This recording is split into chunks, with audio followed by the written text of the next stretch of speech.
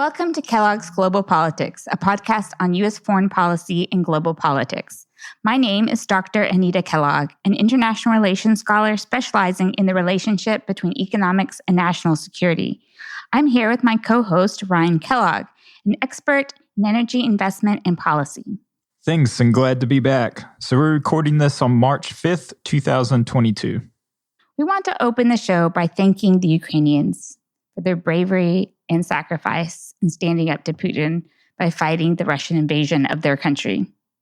Our hearts are broken by the tragedy that is unfolding due to the ambitions of an evil dictator.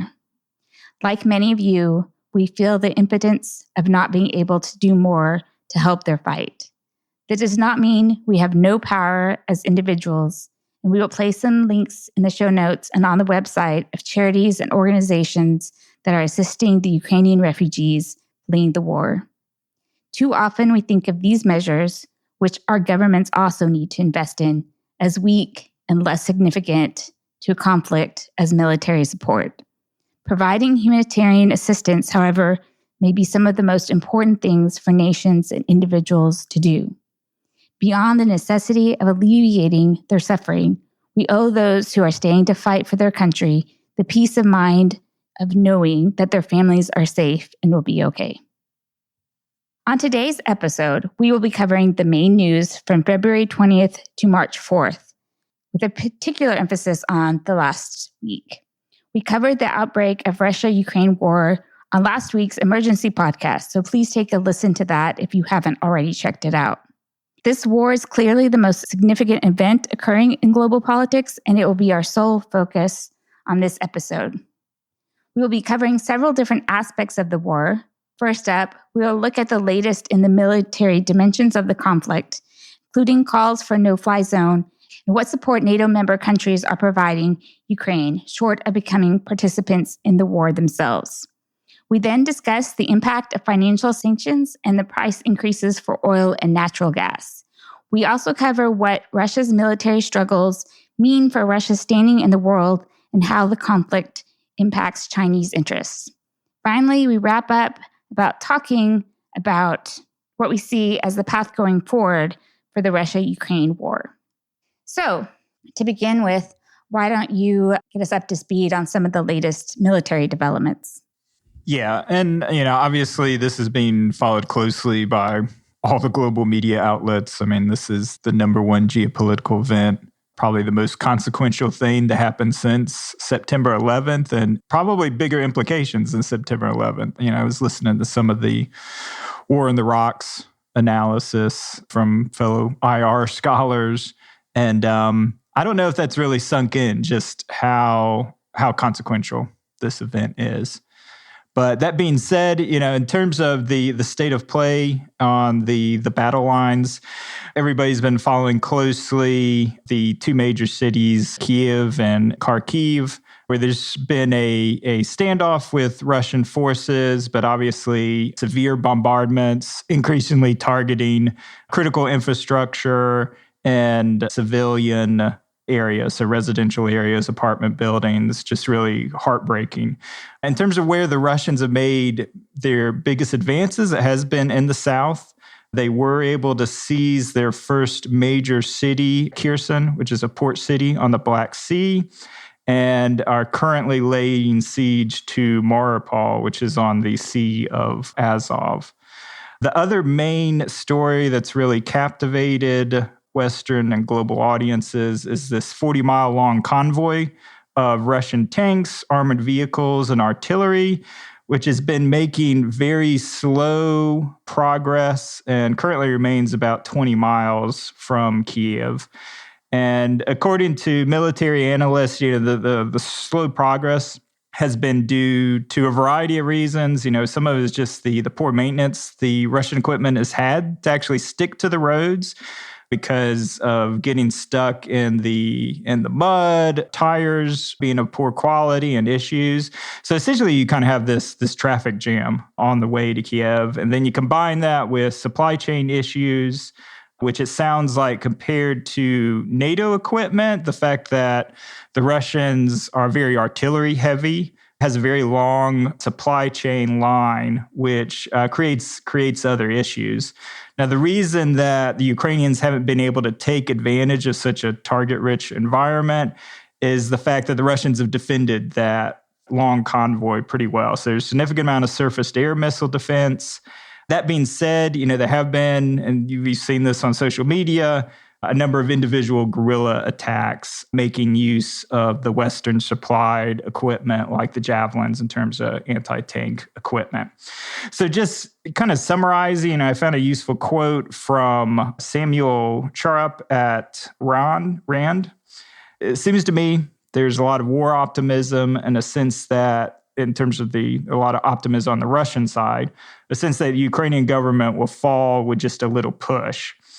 That obviously didn't happen, but he's warning that you shouldn't read too much into that in terms of the ultimate course of the war. And this is still a situation where the deck, unfortunately, is still very much stacked against the Ukrainians, despite their bravery. And one other thing, just to wrap up the military components, I think The Economist pointed out as a historical analogy. I know we discussed this as well, but we're only 1 week into the conflict. So they talk about the Blitzkrieg, which is, of course, famed for German Nazi advance against France. The very meaning of it is a lightning attack. But the fact was, it was actually the largest traffic jam. So this is in May of 1940. It stretched over 250 kilometers, so around 100, 170 miles. But ultimately, the Germans got there in the end, and it was known as a lightning strike. So I think just the timeframes between kind of a 24/7 media cycle and how these sort of big campaigns have carried out, that's just kind of a stark reminder of, we haven't really seen anything yet. Yeah, and I was saying to you in our discussion last night that I think people have to be prepared, and they're not, but have to be prepared that the main part of the war, not an occupation later, but the Ukrainians are going to lose. And I don't think people are prepared for that. And that because Russia is a nuclear armed country and that NATO never made a guaranteed commitment to Ukraine, that's going to happen. You push back on me a lot about that, so you can feel free to do that now, but that's my assessment. Yeah, I think it's hard to see. Obviously, people have been surprised thus far, and I think the West is going to do everything in its power to supply, and we'll talk a little bit later on in terms of the stream of equipment that is pouring into the country in order to prevent what seems inevitable, especially if Putin is willing to level these cities, which is the Russian tactic. This is what they did in Chechnya and in Syria.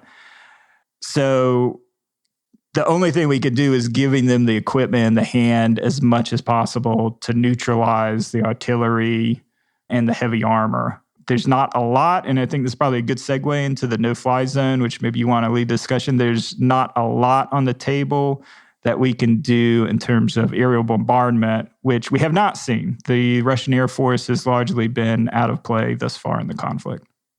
Yes. So one of the things that has made me very frustrated and angry in the last couple of days is to hear former government officials, sometimes even former military, and most recently, present congressmen, and I don't know if anyone in the Senate has said this, but call for a no-fly zone over Ukraine to support. Did Lindsey Graham end up?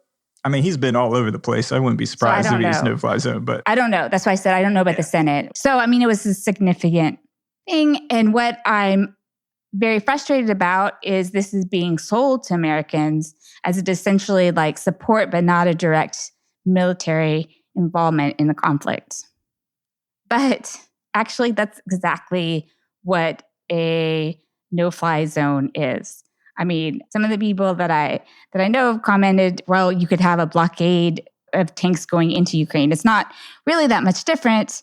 So a lot of people keep saying that we had no-fly zones over Bosnia and Libya.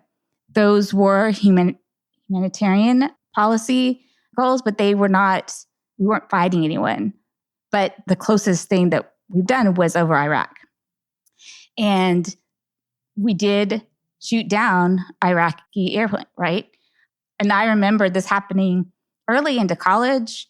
It was a military strike. So the thing we have to think about is, one, why the no-fly zones are used in conflict, and they are to gain and maintain air supremacy, which means that not just that you don't have planes flying into the airspace, but that they have no capability. Two, this is a military tool to achieve operational ends. It is boots on the ground, even if they aren't literally on the ground. It is the equivalent of declaring war on Russia. Saddam Hussein did not have the capabilities militarily, and he didn't have nuclear weapons to, say, threaten any kind of pushback on the US. But the reality is, Russia does, Putin does.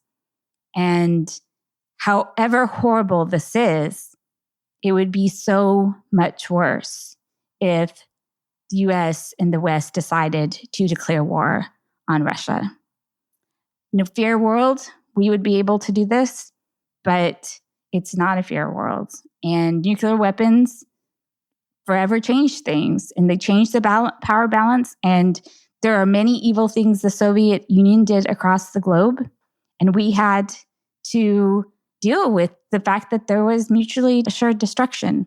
And while Russia is not the same kind of power as the Soviet Union was, it does have this deterrent. Obviously, if Putin were to attack a NATO country, a country already in NATO, then we would automatically go to war. But this would be a matter of declaring war on Russia, which is also something that NATO by design was not ever supposed to do. It's not supposed to be offensive, it's defensive. So I think the other aspect of this is that it would not affect the war effort very much. The surprise from a lot of people is that Russia hasn't been able to establish air supremacy. And that is not the main way that they are attacking the Ukraine. So even if you were to put in a no-fly zone leading to war with Russia, it wouldn't actually change much in the calculus of the specific elements of war in Ukraine. At least as they're currently being waged, yeah. Right. So Russia doesn't have the capability right now, at least, to be able to have that sort of the supremacy, right? Which has been really surprising that they haven't been able to knock out the Ukrainian Air Force or the surface-to-air missile systems. Yeah, it's very unlike. I mean, the surface-to-air missiles are something that is part of the provisions that are going into Ukraine as well. Yeah, not that I know of the kind of the set batteries, but the individual Javelin missiles are, yeah. Which are good for helicopters, but not good for fixed-wing aircraft, which fly at much higher altitudes. Right. Yeah. But again, Russia hasn't shown much military capabilities of those. They haven't deployed them yet. I think the fear with the Ukrainians is that if they get bogged down or frustrated, that you'll see more of these aerial bombardments. But you have not seen that today. Yeah. So anyway, you still can't risk it. The experts that I listen to, that I read in international relations, I'm close to several people who work on the issues of sanctions, which we're going to talk about later, and nuclear proliferation. And the colleagues and friends that have been studying nuclear proliferation have always told me that we are much closer to a nuclear war than anyone thinks. And I would listen to the reasons, and then I would try to forget them so I could go to sleep at night. But I think the lack of understanding of what that happens from the public is disturbing. Yeah, because you had that Reuters poll that was released today showing that 74% of people support the no-fly zone and probably aren't connecting the two with a declaration of war. Yeah. So because it's been sold to them as not a military operation. So an example of this, which is also disturbing. So my frustration is that I just see journalists over and over again keep asking why we don't have a no-fly zone without explaining to people, without making it very clear to people that this is a military operation. And as an example of this, CNN decided to explain what a no-fly zone is. And I've been very, very critical of their coverage, but as well as other reporters. They explain it, and remember, this is not a good explanation. A no-fly zone is an area where certain aircraft cannot fly for a number of reasons. In the context of a conflict such as the one in Ukraine, it would probably mean a zone in which Russian planes were not allowed to fly to prevent them from carrying out airstrikes against Ukraine.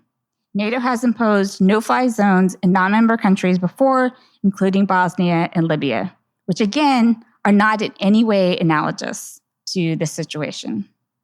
You're right. However, it is always a controversial move because it means getting semi-involved in a conflict without fully committing ground forces.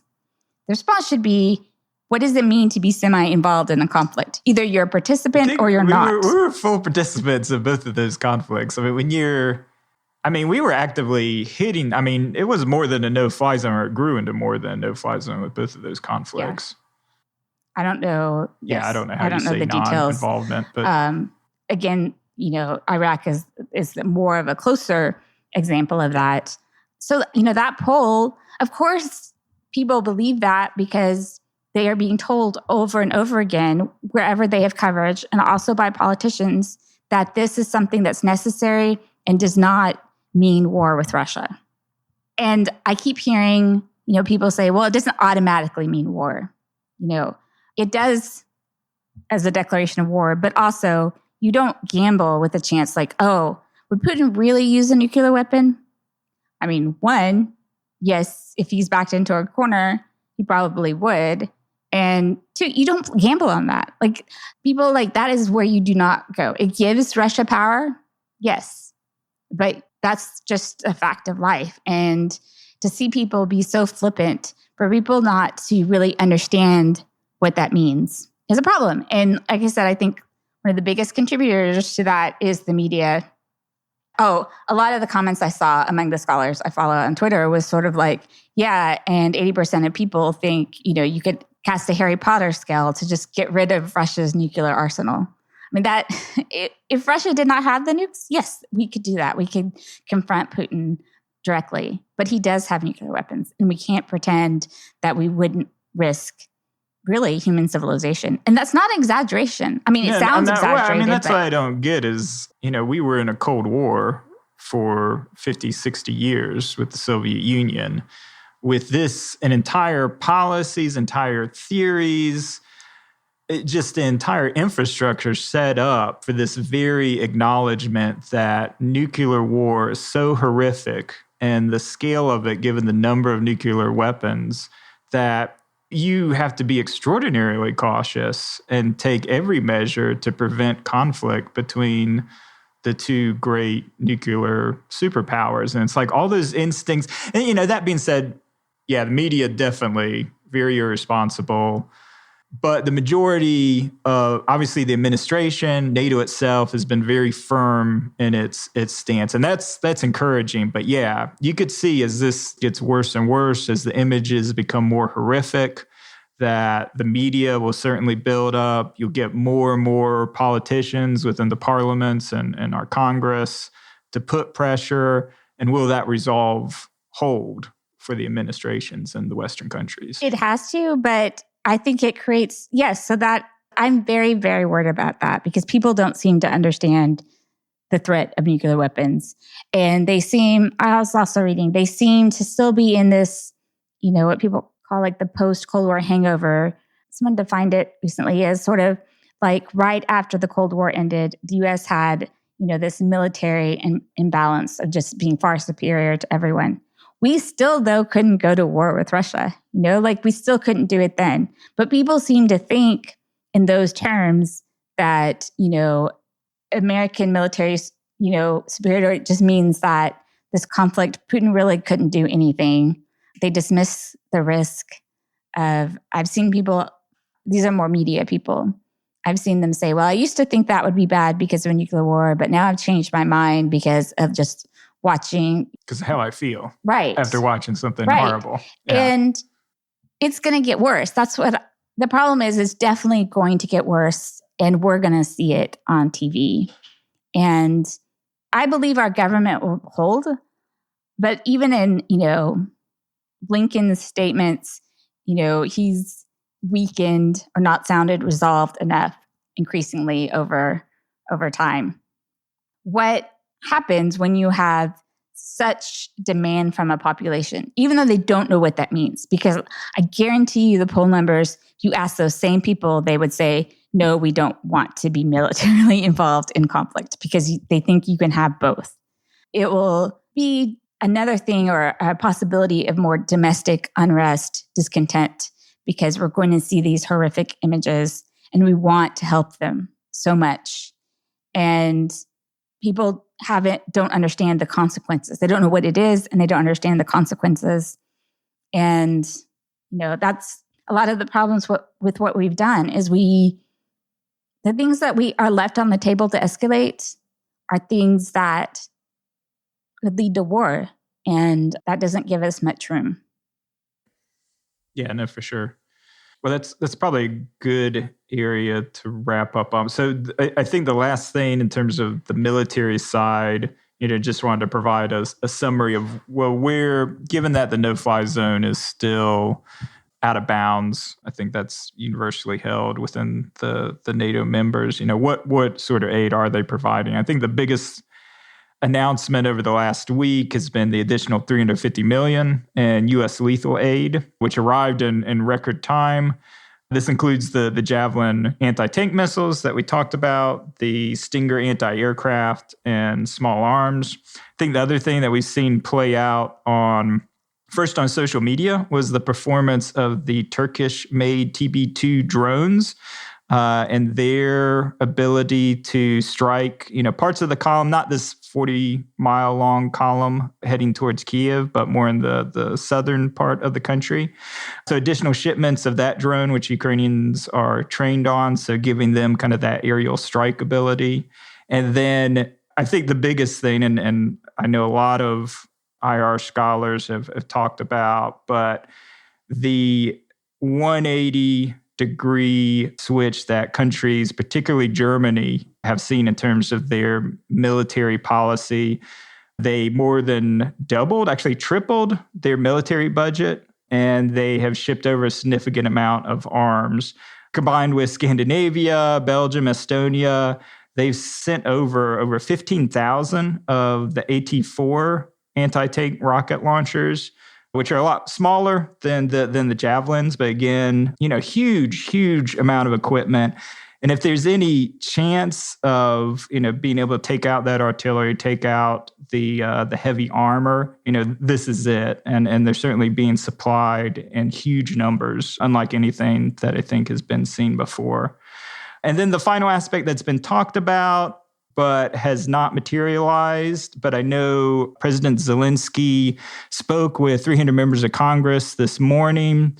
Obviously, he was pushing for the no-fly zone, but I think he knows that that's not going to be a reality, but he's going to continue to put pressure as his interest. When I saw Blinken and the Ukrainian foreign minister have a press conference after that, the Russian foreign minister, he seemed more like why that's not on the table, at least now. Now, it should be pointed out that if any of these officials in Ukraine facing the existential threat of my country, of course you would want a no-fly zone. Of course, when you think about nuclear weapons too, is based on what he feels like he's going to lose, right? Because people are like, well, why would he allow Russia to, be destroyed? Because we would strike back. But if Putin feels like they have everything to lose, if you feel like your country is having everything to lose. Well, when you say it's his country, I'd say he has everything to lose. Right.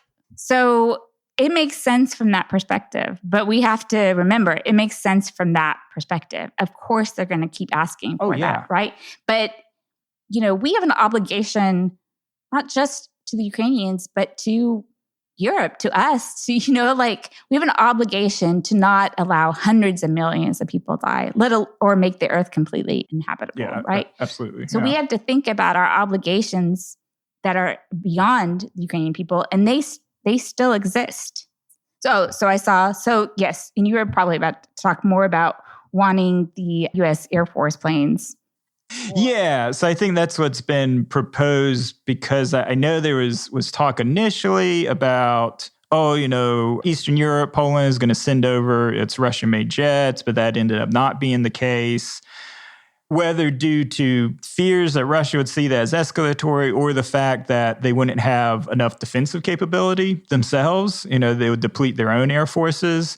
So I think what's been proposed, and I think now Congress is seriously considering, is trying to replace that with American-made aircraft, so our Eastern European NATO partners, and then for the Russian-made jet and equipment to be sent to the Ukraine. So I think that's something we may see develop over the next week or two. Which is in itself potentially escalatory.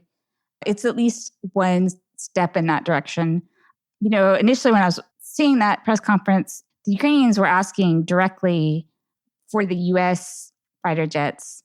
But as a military strategist explained that you'd have to have a significant training program to fly those. They're too advanced. But, we could, if Eastern Europe, we could shore up those defenses, but it's still, I think, is a questionable strategy. But I don't know how that will work out. One other thing that I just want to say, what makes all of this less effective is that when these actions come as a surprise to everyone, Putin couldn't anticipate them, and thus you couldn't deter. If Europe had made these commitments before, even the sanctions, which we'll go on to talk about, they don't work as deterrents if the other side doesn't know that you're going to do them. And the contributions of this military support by so many European countries is problematic for that reason. I also want to say, Europe made this calculation. NATO, US, and Europe made a very clear calculation that defending Ukraine was not the equivalent of defending democracies against autocracies, as is often the argument being made, because they could have included Ukraine in NATO if they had felt the need to defend Ukraine in that sense. They had the opportunity to make Ukraine part of NATO. Instead, they acknowledged that this was always going to be contested.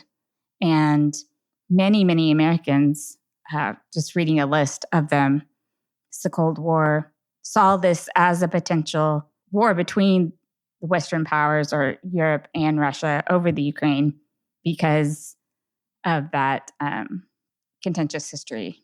So I'm just saying, it may be heartening, but they should have shown this resolve before. Yeah, obviously in retrospect, but I think a lot of it is also the mastery that Zelensky and the Ukrainian people have displayed over the last couple of weeks that has really changed the minds in a shocking way. One of it is the maximalist goals that Putin had. Nobody expected him to try to conquer the entire country. We thought it was going to be about the 2 provinces in the Donbass region.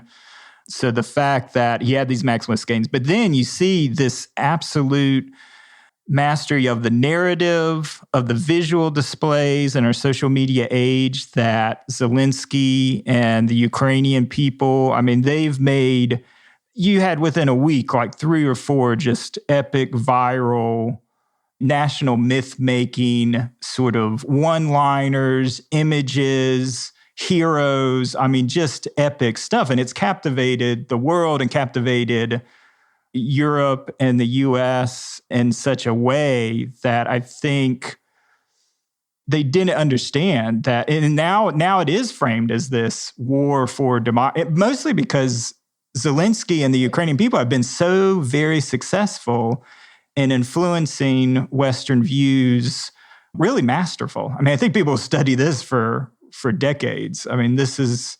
Yes, that is very true. And that's how things develop in war. But as a strategist, it would have been better to not react emotionally and to have been able to use this as deterrent from aggression. Yeah, I agree. And you never would have had EU or NATO consensus on membership. It wasn't realistic. But I think the idea of, it caught us by surprise, by total surprise. Listen to the previous podcast, but the fact that they were going to target the Russian central bank to freeze their reserves, because we talked on and on about, they have this huge war chest, they'll be able to weather any sort of financial storm. But that was never telegraphed at all. And maybe that would have been more of a deterrent to know. Yeah, that's the whole point. Sanctions only work as a deterrent.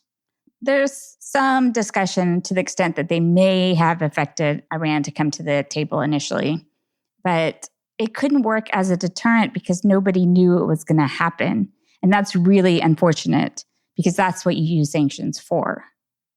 So that should have been made very clearly upfront. And people weren't even sure that Germany and other countries would commit to weaker sanctions, let alone the ones that were imposed on the Russian bank. And again, that was a kind of emotional response. But sanctions especially, they exist as deterrents. And I keep hearing, I guess we're going into that topic, but I keep hearing people say, like, what sanctions are effective? How far do sanctions have to go? And just asking sanctions to do things that they don't do. It's not like you have some sort of military effect in sanctions. Sanctions are often not effective. And the one way we could have deployed them as a deterrent, we ended up not doing. So it is not like you create a level of sanctions and then Putin backs down or the war ends. It's just not how they work. And people keep asking them to work that way. And everyone, I read their articles and then follow their public statements, have all expressed the same concerns that we're going to go over about these sanctions. And why, again, the narrative that's, people in the media, people communicating are not, instead they keep asking the questions that are the wrong questions and expectations for sanctions. But the people who study sanctions, study what kind are most effective, feel like, yes, the strategy has been bad, and that means that the sanctions will probably not have much deterrent effect. I mean, we can hope they do, but hope is not the same thing as expecting them. Right. And as we're going to talk about, as you see these worse images, the push to escalate and how escalating these sanctions, there's no room. I mean, sure, collapsing the Russian economy does not get you to where you want. So these historically unprecedented sanctions have freezed Russia's ability to access its own money, essentially. But that money is being held in, bonds and other sort of financial instruments across the world. And about at least half of it or more is in US dollars and euros. And people have pointed out even the gold, unless it's physically stored underground the Russian bank, then even that is pretty difficult. So along with the fact that it makes it, not only do Russians not have access to their own reserves, but it also limits people's ability to do any transactions with Russia. So if you're an exporter of goods, you want to export to Russia, you have to find essentially a different currency and go through a very complicated process, which adds more cost. The same if you are trying to buy anything that Russia exports. So in actuality, while people are calling for sanctions on the energy market, this is already seriously hampering their ability to sell and buy on the global market. It's so tempting to say, as people are saying, that just cut off their economy completely. Make sure there's no funding for their economy. It's a horrifically bad idea if you want to win a war. 99% of the people who will suffer the most are the Russian people themselves. The elites will still find ways. The elites will grow. In the past, when we have tried these things, elites grow closer to, usually they depend more on Putin because that's the only way they can get wealth now at this point and not have any sources from the West. There just has not been historical examples that show this as a successful way of de-escalating conflict, which is what we want to do. There's historical examples of it escalating conflict. And the idea that we throw these up and just hope someone replaces Putin that's not how history has shown us how it goes, right? So, we put these on Iran and Venezuela and North Korea. And for Iran and Venezuela, they're the closest examples because of their oil. But those leaders did not have power threatened. I mean, it seems like it. The same logic, when you applied to Maduro, is that the elites were going to leave him.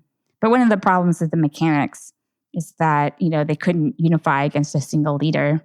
And Putin has created a system where the oligarchs depend on him more than he depends on the oligarchs. There's no one that can say that it won't happen, but you can say that it's very unlikely to cause anything except for worse problems when you are thinking in terms of your strategy of conflict. Had another thought before we went into energy specifically, but I already lost it. Yeah, no, and I think it is. I mean, it's kind of ahistorical too, particularly for Russia, to expect that the Russian people will take out this authoritarian leader, because of course throughout Russian history, it has been primarily a single man, a single great man who's ruled over the country. And only in the case of the Russian Revolution with the Tsar, have you actually had a kind of bottoms up people's movement that's been successful. Obviously, you had absolutely horrific. I mean, Stalin, as brutal as he was in World War II, he was more brutal for his internal enemies. And despite obviously the animosity and the number of internal enemies that would create, I mean, Stalin died of natural causes. And the same with a lot of others. And Khrushchev, even Gorbachev, was a focus of a military coup, towards the fall of the Soviet Union, which famously failed. It was a military-led coup. Also, Yeltsin actually was challenged by the parliament and I think 93, and they ended up sending in tanks to the parliament to put it down. So there's basically been no successful case. There has been cases of brave Russians standing up, protesting in the streets, individual dissidents. Obviously, some of the most famous Russian writers that have emerged were these, unbelievably brave dissidents like Dostoevsky, writing about the horrors of the Gulag. But to expect us to roll the dice and say, well, we're going to let the Russian people deal with this. We're going to put this tons of pressure, as much pressure as we can on that society to cause it to crumble, and then expect this ahistorical event to happen magically. Yeah, I mean, and a lot of people will starve. I mean, when we're saying, it will be a disaster, and, in the end, you just may have a more unified Russia against the West, because people feeling, they're not getting access to the whole information. So they'll feel like the West really is out to get them. I mean, it's what usually happens in these populations. I mean, particularly if this ends up being a long siege. I mean, I think I was listening to one of the podcasts from War on the Rocks where one of the panelists actually was making the case of, we're keeping these sanctions in place until Putin's gone, till he's dead. And that's where you run into the humanitarian issue, where it becomes this about regime change, as opposed to about the Ukraine. That is purely regime change. Right. And yes, and I think I've said this before, sanctions have to be tied very specifically to de-escalatory steps, and it can't be all or nothing. You can't even say that, Putin withdraws everything from the Ukraine and doesn't come out with anything, and will still sanction him, right? You have to get to negotiate. I mean, your only hope for sanctions at this point is negotiations. Push into negotiation. You have to think strategically about that, and there has to be real incentives for getting rid of the sanctions. Yeah. Right before we go to the impact of energy, well, this is kind of transitioning to maybe, when we cut off Iran and Venezuela and North Korea from SWIFT and these financial markets, as well as oil sanctions, I was just reading how infinitesimal the Iran oil market was compared to, just infinitesimal percentage. So I was surprised by how small it was. Yeah, it's very much small. I mean, just to provide context, so Russia is the largest exporter of oil in the world. So they export actually 5 million barrels a day. Of that, 60% goes to Europe, so to European refineries. There's really no way to replace that. The remainder, 20%, goes to China. And then the rest is kind of spread out through Asia and then the US, which I think is a good transition point because obviously there's been a lot of talk about energy sanctions and on eliminating the Russian crude oil that the United States imports.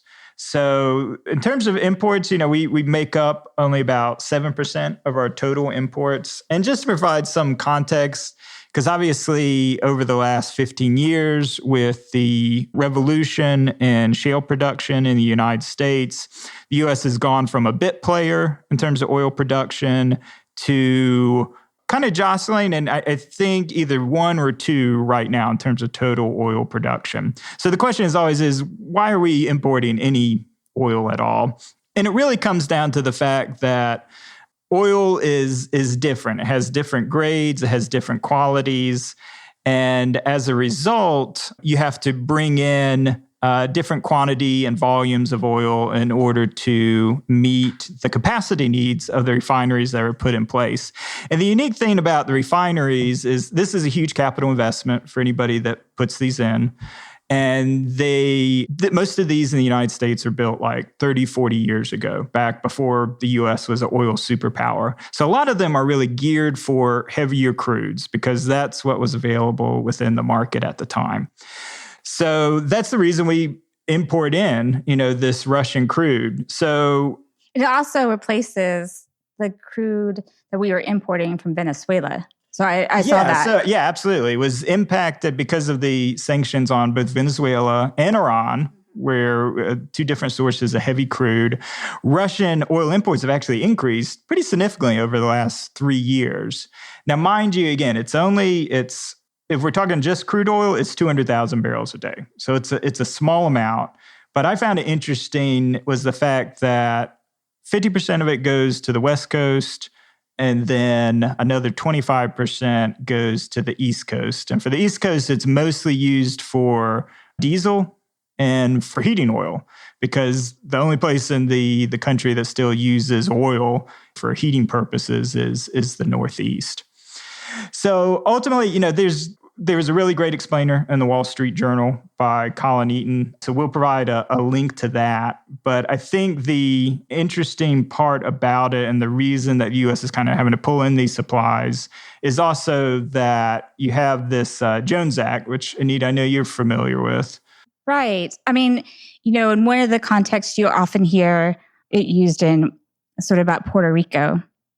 And so it is very expensive even though Puerto Rico is part of the U.S., it's very expensive to export or for them to import things even from the United States because they have to go to a U.S. mainland hub before they can go to Puerto Rico. And part of that is the Jones Act. Yeah. So there's a lot of different elements, but it affects rules around shipping. Yeah. So most of the U.S. oil production centers around Texas, around the Permian Basin, around parts of Oklahoma and the Gulf of Mexico. And so the oil's there, but in order to move it to the refineries on the East and West Coast, there's actually no direct pipeline where there's limited capacity pipeline. In the case of the West Coast, there's none. It's isolated. So most of these refineries have to receive it by shipment. And because of the Jones Act, it doesn't make economic sense because it limits the size of the vessels that can go into the East and West Coast ports. And for the refineries, because they have to take in smaller vessels, it doesn't make any economic sense to supply this Texas crude to the East and West Coast refineries. So naturally, these refineries get it from overseas sources. And that's kind of how the Russian oil fits in place. Economist was saying today that the U.S. refineries will actually use things like Russian ships to export it, kind of doing this sort of unofficial workaround because of those reasons. I also just wanted to say quickly that it is still really important that we used to get this source from Iran and Venezuela because it's important. People ask why these imports have increased. Venezuela was, not a big producer on the world market, but it was very close to the U.S. in providing this. The sanctions went on in 2019, which is what discontinued this. And my point is, we have to be aware that policies on one country affect our policies on others. I just think that's really important, right? Because you're in a large part in this situation because you are sanctioning other countries whose behavior you disagree with. Yeah. So, I mean, I think the main point and where people have landed on and what I expect to see within the next couple of weeks is for basically the U.S. to ban all Russian imports in. And the reason for that, beyond the fact that this is building a bipartisan consensus within Congress, in that same Reuters poll that was, all for the no-fly zone, 80% of Americans supported banning Russian imports of oil. But the big thing is industry has come out. The industry refining group has come out and said that they're fully supportive of the cause. And it basically comes down to the fact it's small amounts. It's 200,000 barrels of... But isn't it like 7%? Which sounds small, but what happens to already high gas prices when you take 7%? Yeah, so I think in talking to analysts, they think that they have additional sources. So they can substitute blends coming both from the Gulf of Mexico and from Saudi Arabia. And essentially it would be a game of moving chairs where most likely because China will be picking up additional imports of this heavy crude oil, that'll displace the U.S. exports and kind of free up different sources of oil, either from the Middle East or from the Gulf of Mexico. The other place where they think they can get it is the Bakken crude can be blended with the Canadian feedstock in order to make up for that loss of barrels. But I think the key thing to watch, because this is heavy oil, it's turned into both diesel and heating oil, would be to look at those markets and to see if the difference between kind of regular unleaded gasoline and diesel closes. Because I can't remember if I think it's a premium. Diesel has a premium. So basically to see if you begin to see a differential emerge because diesel prices become higher. Because obviously something's going to give. And that's where I would expect to see it is in diesel and in heating oil. That's why. And then it reminded me of being in Europe. I was reading that a lot of citizens, even in Western European countries, are angry at their government's energy policies and really encouraging to rely on diesel to power their automobiles. And I forgot that in Europe they use diesel. Remember? I was so shocked because that was like something that seemed very old to me. Which, diesel, that's most of the shipping. So most of the truckers and shipping cargoes. So obviously it feeds into the supply chain. So I associate it with that as well. Yeah. So that's the thing that I'm asking about, because for me, even 10% could be a huge disruption. And okay, say that we get most of that resupplied, it still seems like that will still be somewhat of an economic burden. Yeah, around the margins. And it was kind of interesting. So the name of the industry group, so the American Fuel and Petrochemical Manufacturers, they released a blog post on their website on February 25th. And you had a group of, I think, 6 Congress people write a joint letter to this manufacturing group, basically saying, you're helping commit this atrocity within Ukraine. And they backed off very quickly and agreed essentially by March 3rd to sign off on it.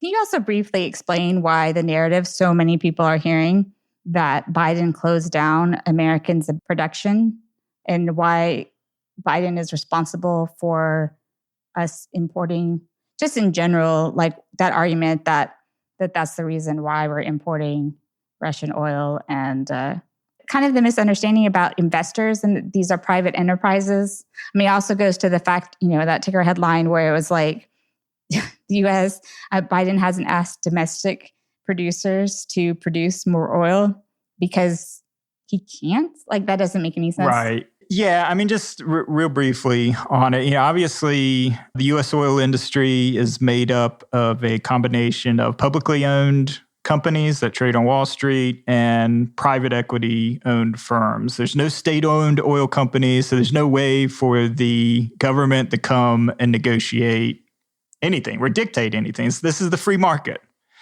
And unfortunately, what's happened since 2014 and particularly with the shale producers, is they've been an extraordinarily poor investment, both on the public side and maybe to a lesser extent on the private side. They use debt-fueled financing in order to drill, as Sarah Palin famously always stated, and that proved to be a very poor economic decision. Investors lost billions of dollars. You can look at the performance against the S&P 500. Oil industry, until this recent price increase, has been an extraordinarily poor investment over the last 10 years. So it has forced investors have put much greater control on capital uses. And so what you're seeing, even though prices have increased, you're seeing much more discipline in terms of new drill wells. And as a result, profits have surged. So really, it's a function of the shale producers are not going to be that swing producer. I mean, mind you, prices get high enough, they'll kick in. Well, I want to talk about the Financial Times article I was reading about that. I didn't mean to interrupt you if you had a sentence there. But no, go ahead. But what I wanted to say first, before we get to the pressure for Europe or even to place full sanctions on Russian oil and gas, is that even currently, we probably have not seen the financial impact of the sanctions we do have and just the toxicity, because it's hard for other countries, even if they want to buy Russian oil. The main banks, they will not give any loans out, financing for countries, entities that want to buy Russian oil. Russia is having a hard time selling what oil it has. And the oil supply was already very, very tight. Obviously, that's why we had so many high prices. And so in a world that's really suffering from inflation, it's not just the United States. I keep telling people it drives me crazy, the inflation story, because it's hardly a domestic cause when it's an international problem. Just even now, where it is now, I have articles and articles by economists saying they're very concerned about the impact. And so even sometimes when you look at those total numbers and it doesn't seem to be significant, what is actually happening is more significant. Yeah, I mean, you've seen this self-censoring because of the uncertainty. Even though energy currently has a carve-out from the sanction regime, you're seeing, this concern about, well, can we actually transact? Or if we buy this oil, are we going to be somehow implicated in the sanction regime? Or insurance companies actually aren't insuring the transport by sea of these shipments, to the point of, Shell was actually able to purchase at a very steep discount. I mean, oil is trading at over $100 a barrel, and they were able to buy Russian crude for $28 a barrel, but immediately got hammered. Whether they'll be able to do that in the future. So you can just see, even though there are no formal sanctions, there's enough self-censoring within the market and enough uncertainty within the market that you kind of already effectively do have a sanction regime. And that's been, to your point, the reason for the run-up in the prices. So, yes, so it's concerning it's hard to see that this won't escalate. I don't know. I mean, Europe will be under a tremendous amount of power to impose sanctions, but also at the same time not devastate their economies. So I don't really know how that is going to work out for them. Again, I think countries have put themselves in a bad position to handle escalation of the conflict.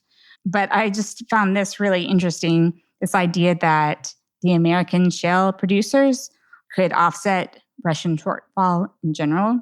So this is the head of the largest shale producer in the United States, the CEO. Well, one, he suggested, and I've seen this number a lot of places, that oil could go up to $200 a barrel, right? So he was saying that his company can only increase production this year by maybe up to 5%. Because these, one, that they're also affected by the supply chain. So they're having trouble getting, labor, but also rig shortages, sand shortages, which I am told is very important to the fracking process. And he says, so even when you have a rig come online, it takes 6 to 8 months to get the first production. But you make the investment decisions would come before that, right? And so, as you said, investors have been wary. And when they do make that decision, it could still take up to a year. He also then said that the total capacity of us to ramp that up was maybe half of what Russia like. Yeah, that would be extraordinary growth within like a 12-month period and being able to bring on additional production. He didn't say that could happen in 12 months. He said like maybe 3 years you could get to that point. Yeah, I think particularly with the amount of capital discipline, I think the other component of it is for the public companies like Pioneer, who you're quoting, they're under, maybe not Pioneer specifically, but a lot of the public companies are under more stringent conditions to decarbonize. So you've seen a lot of the major players, definitely all the European firms like Shell and BP, pulling out of the prolific Permian Basin because of these ESG demands, so these environmental, social governance overlays, which are usually aligned to some extent with the Paris Climate Accords, and is something not imposed by the government, but by controllers of capital themselves. So huge investors, Vanguard, just these people that control literally trillions of dollars and have been excellent sources of capital for the oil industry, but is becoming more and more stringent. So you may not have that capital available to deploy within the shale sector, and certainly not to the extent that you saw the early years of the shale boom in 2011 to 2014. So I think people have this sense that you can just easily turn on more production, right? Or that, you can the government can tell domestic producers. But even in the best case scenario, investors decided today it would still take 12 months. And it's uncertain how much. So it'd probably be at least 2 to 3 years before you could have any structural enough production. Yeah, because another thing is the loss of labor. I mean, a lot of these guys have been through a roller coaster over the last 10 years, especially the rig crews, and they've left to go to other industries. And so getting them back takes time, and you may not be able to get them back. So it's kind of a manpower issue as well. Yeah, just other supplies that you need. I mean, the supply chain. Human capital, sand, all that stuff, yeah. And with the, that's the whole thing too. Like the supply chain with this conflict is going to get worse. I mean, there's food prices with Russia and Ukraine. I think about 15% of wheat. Like these percentages may not sound a lot, but that's actually just if all the foods that have wheat in them, which are a ton, go up by 15% or so. I don't know why I say go up by 15, go up a significant amount. You're going to have food prices go up significantly.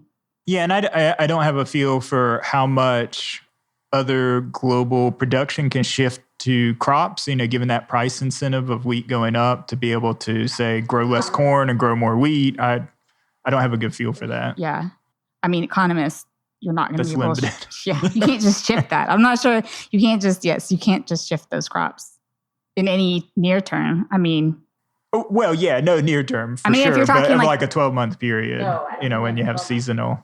If you mean like in the next 24 months? Well, yeah, because they probably, I guess they would right now in the Northern Hemisphere be planting. See, I know nothing about farming, but you plant seeds in the spring to grow. It's very complicated and this is, I guess, more knowledge than you have, not much knowledge, but I do know because of the way seeds are, you actually have to go buy the seeds. It's not like you have the seeds. And so you might buy those seeds like for 3 years or something like that. And then it's different. You can't just say, one crop and we can use the same equipment, the same soil, the same. Well, yeah, it would have to be, a farmer that grows wheat already, but other crops, and then is able to expand the wheat production. There's a big most of is agribusiness within. They're huge corporations that run most of these farms too. But that also kind of, yes, it's complicated. Yeah. So that will affect random things like we just never think about until, we should not be surprised with COVID, but, Ukraine supplies like 70% of the world's neon gas, which is a critical component of semiconductors. And makers of semiconductors have no idea where they would find another supplier for that. And then there's lots of reasons where people think, well, if we just do this all, renationalize, but that's impossible. You couldn't have modern society. You couldn't have modern technology if you were going to try to do that. So I think the last thing before we conclude is just some briefly about China's position in the Russia-Ukraine war. I've kind of been really surprised by so many people, this is more like scholars that I've been following, act like China has just been sitting around planning an invasion of Taiwan any day now. So this is affecting their decisions on whether to invade Taiwan. I 100% disagree that China's main strategy toward Taiwan, at least for the next 5 years, is a military invasion. China's very wrapped up in the world's economy. There's also this sense that with Russia, they're trying to have an alternative world order sort of governance. But China, I think, misunderstands what China wants too. And I know we've talked about maybe and suggested some of this wording, but China doesn't want to say, oh, countries have to choose between us and the West because it's so economically entangled in the West. It wants autonomy. It wants to be able to, and for other countries to be able to do what they want on the world stage, not have countries, interfere in about genocide, place sanctions on their businesses that have to do with that. Their idea is that they could have complete autonomy. Not to deny autonomy from the United States, but enough autonomy that the United States can't interfere with its domestic. So basically, China has not been looking at this as, oh, this is strategically advantaging me or teaching me lessons to become less dependent on the financial system. Although, they would for other reasons if we invade Taiwan, because China doesn't see national security just through this military lens that we sometimes so talk about. They see it as more fundamental even, is their economic integration. And that's an important part of them being able to act to a certain degree because, they can't afford for the West to completely break off trade ties. And the West can't afford for China to break off trade ties, let alone other areas of the world. So what is their position or stance? People keep pointing out that China has not officially condemned Putin or the war. Although I just learned today, Israel has not either, as well as India and some other countries that we've talked about. That certainly is not a surprise.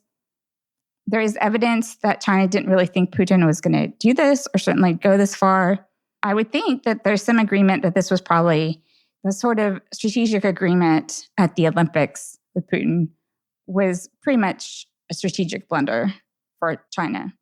Because yes, Russia more dependent on China, they might get something out of that. The cheaper fuel and natural resource supplies, but they don't get what they wanted out of that partnership, which was to have increased standing.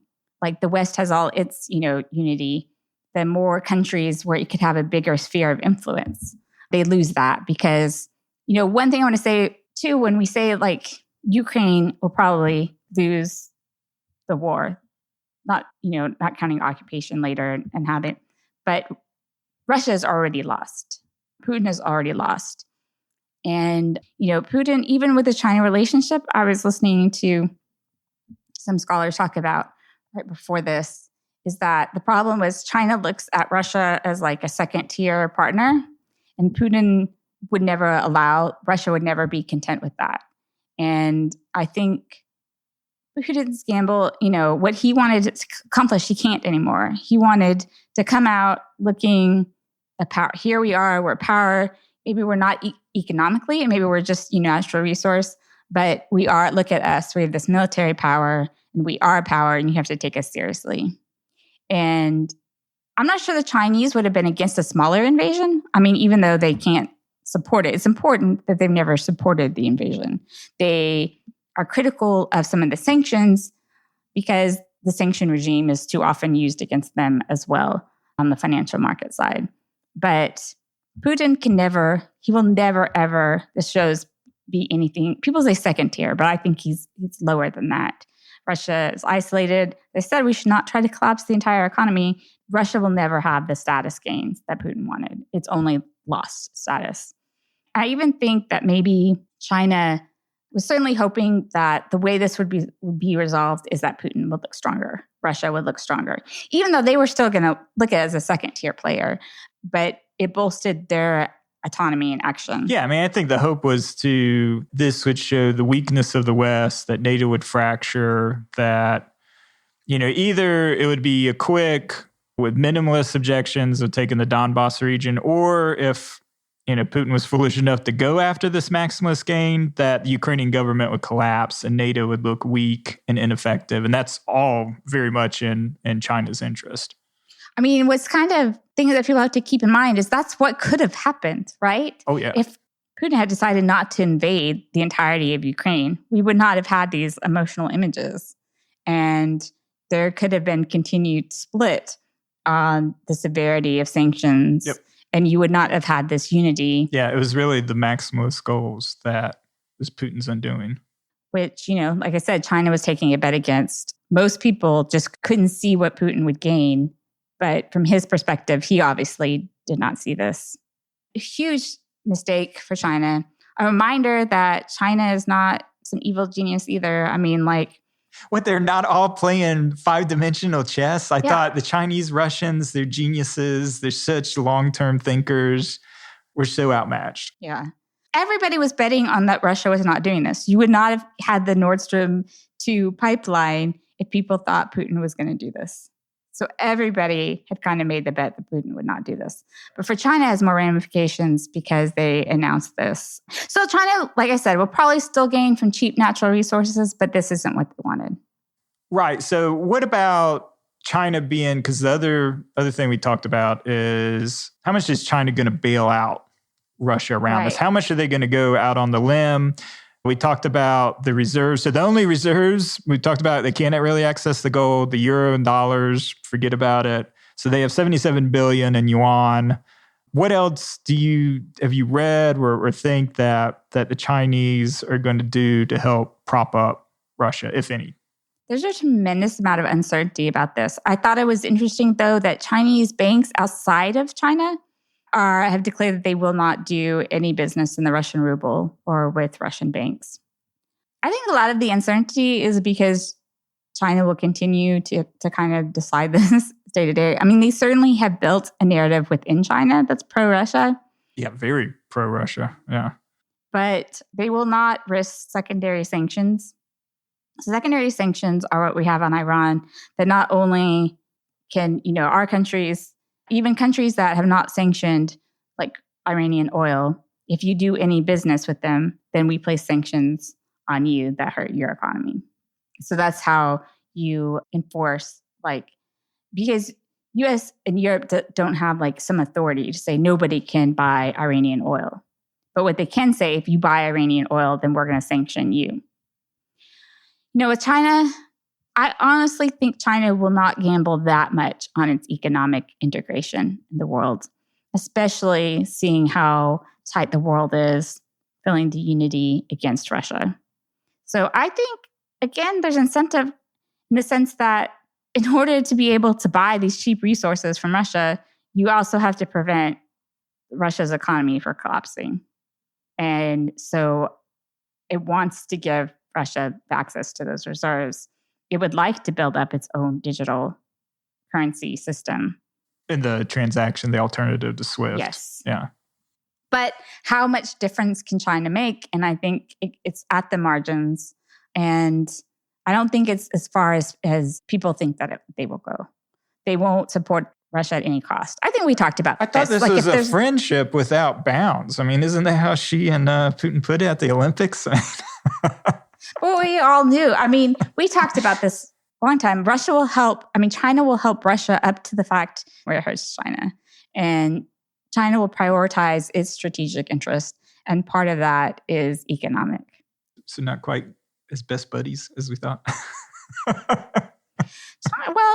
China's just a lot with, if you're useful to us. That doesn't sound like a best buddy. This sounds pretty transactional. Well, alliances usually are, right? I mean, weaker partners of an alliance, contribute something.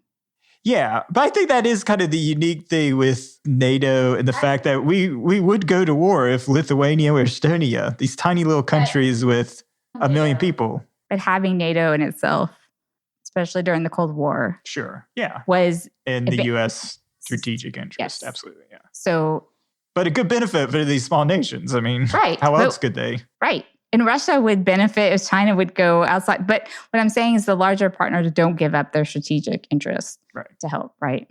So, and then even now you can say, like, NATO has a line, so people who are saying that, oh, well, if Russia takes over Ukraine, then, we'll stop them from taking over NATO countries. And it's like, NATO? Like, Putin's not going to go to war with NATO? And we've made this clear delineation line for a long time, and Putin knows where that line is, and Putin has no desire to go to war with NATO. That isn't to say that we should take that and see like, oh, we can up the ante of escalation forever, but they're not going to go into NATO. There's no scenario unless he feels like he's going to lose everything in the country. And we should try to avoid that because he has access to 6,000. Yeah. So kind of wrapping up, where do we see things going for here? Yeah, so I mean, there's been a lot of speculation and theories. And, I think a lot of the focus is on, can the West and its alliance create a viable exit ramp for Putin to take, short of, the full military conquest of Ukraine, which, even if it's successful, and let's define this as just taking Kharkiv and Kiev and overthrowing the government, maybe not even capturing the government leaders, but government in exile. What is then? How do they control it? Yeah, how they govern it? Yeah, because they're never going to control. They're never going to be able to control that country in any meaningful way. I mean, I think they've shown that, and the West's resolve in supporting the resistance, I think, will undoubtedly continue.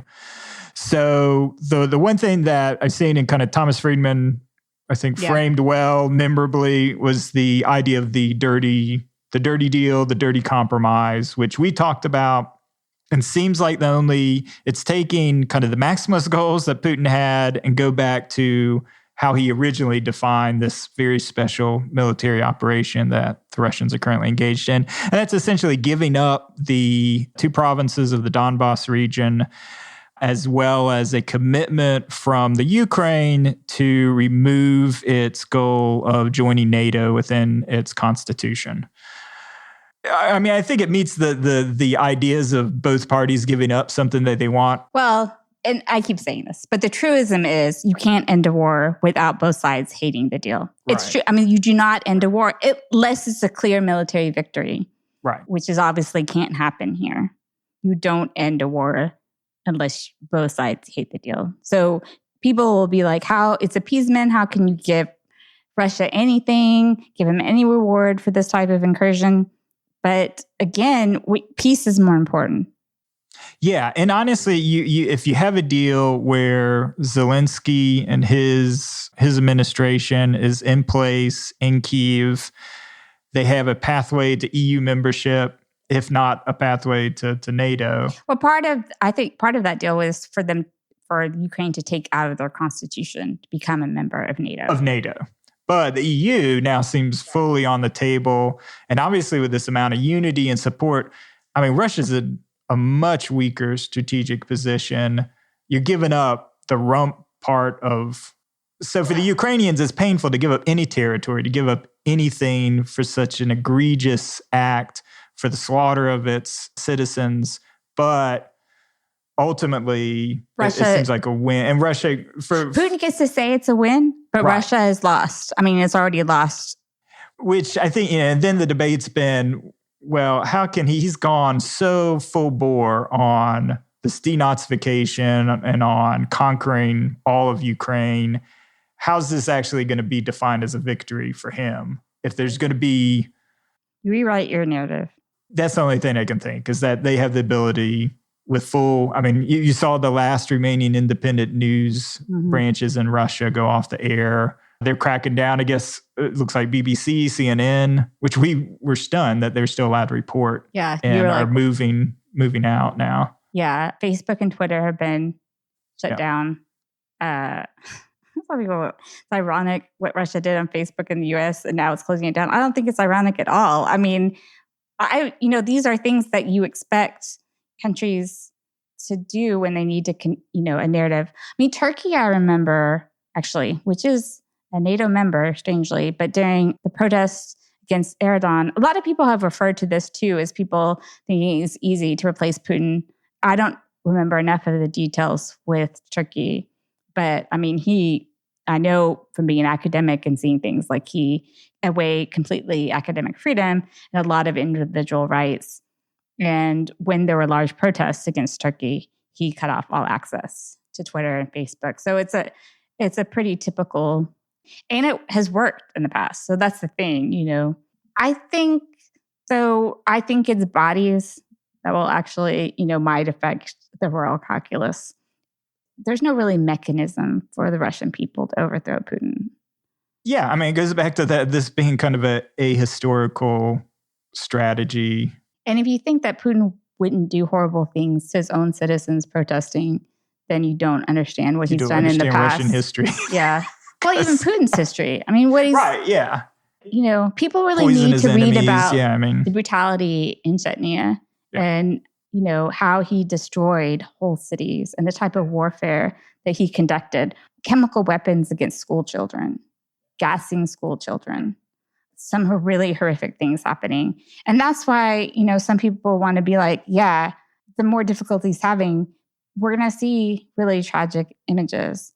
And I think everything we can do, I mean, the humanitarian crisis of the people fleeing Ukraine is huge. And we have to do everything we can to allow those people to flee safely and then have some place to go, right?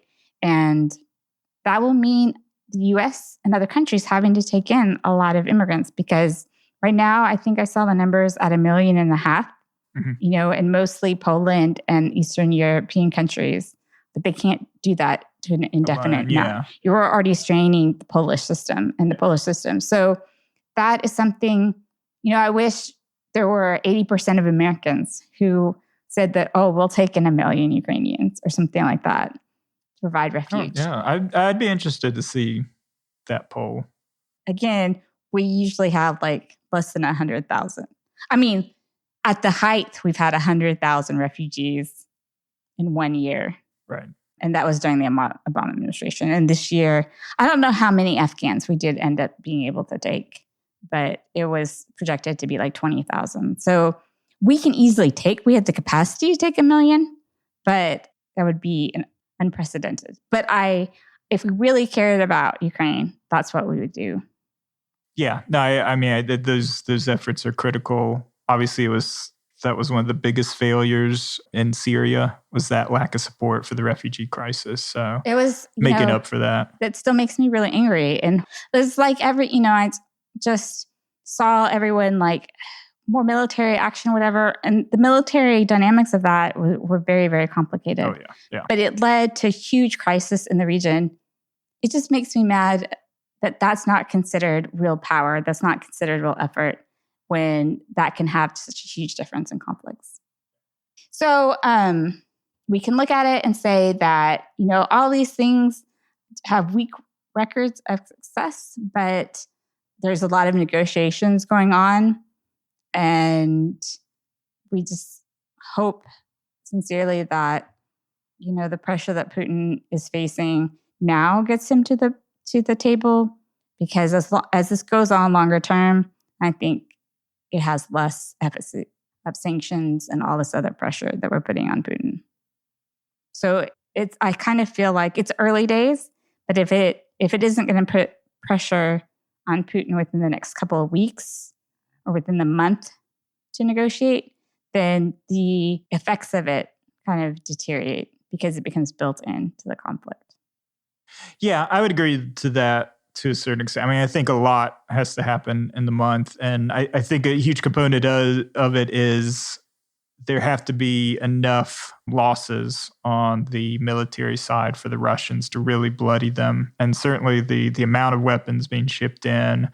The other thing we didn't mention, but the number of foreign fighters that are signing up, including, former U.S. military, other NATO member military, willingly, kind of signing up, similar to the Spanish Civil War, taking up arms. Wasn't very helpful though. But I mean, to an actual war effort, it actually they're screening. It's going to be a lot less than 16,000. But if it's people specifically with certain skills to train, like in certain weapon systems, or probably more importantly, medics. So I know they would have a lot of need for medics and kind of ability to head in. Unless there's a very clear command central, then it usually leads to more problems than it actually helps. I thought like you, and I was just reading stuff today on people strategizing and how that could actually like hurt the strategy. But it depends. It's just not usually a good thing to have. I mean, I know, and I read, with the Spanish Civil War, I mean, they were famous foreign, or I guess U.S. and British battalions. They just got absolutely butchered in that war too. So I don't know if there's a great track record of kind of foreign legionnaires being kind of effective, but it's that sentiment. It's that feeling. And the articles I've read of service members who were, committed to the underlying mission, within Afghanistan, Iraq, of actually trying to make these societies better. But obviously it's a complicated situation. The U.S. failed in so many ways, but having kind of this very clear cut, I mean, this is as clear cut as we're going to ever get in good versus evil.